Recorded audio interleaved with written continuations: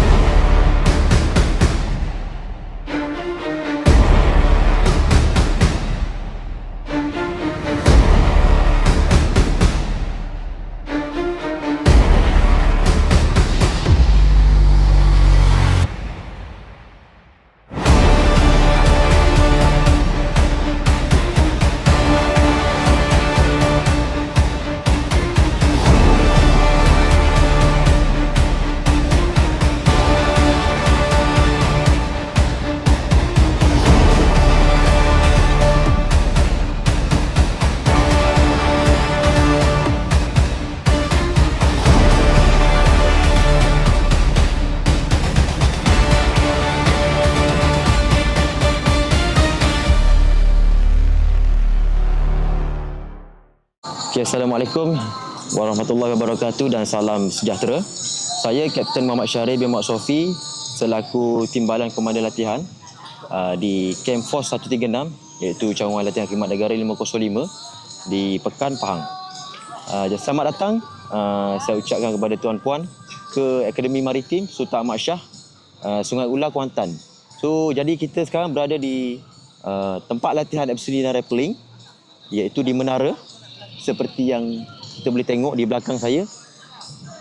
Untuk makluman tuan-puan, latihan wrestling dan rappelling telah melibatkan pelatih seramai 442 orang dan jurulatih seramai 23. Jadi hari ini adalah hari latihan yang kedua.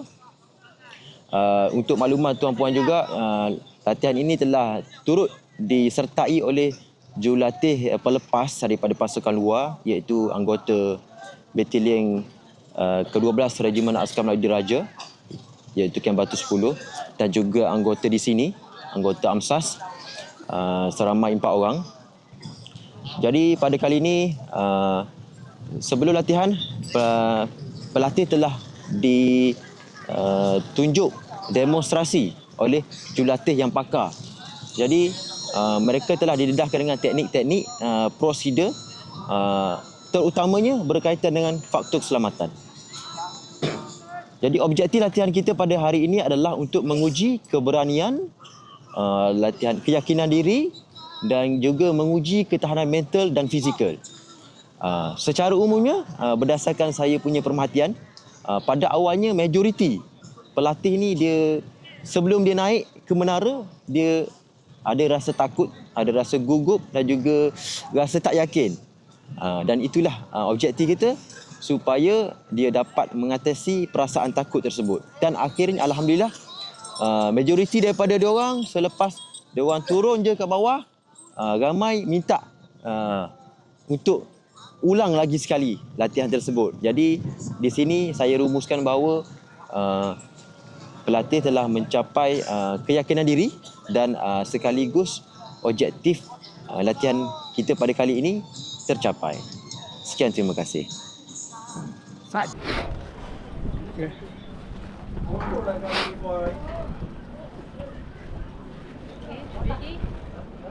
Berapa K?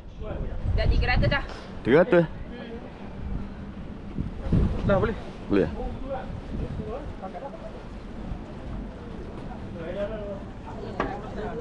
Apa awak? Apa awak? Ha? Kimi ya? Ready ni? Akan dua-dua. Tu. Okey.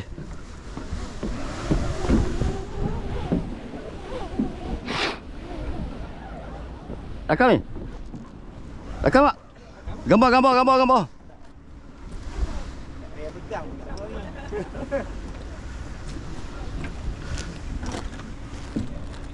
Beres? Dah, beres. Settle. Kalau Randy.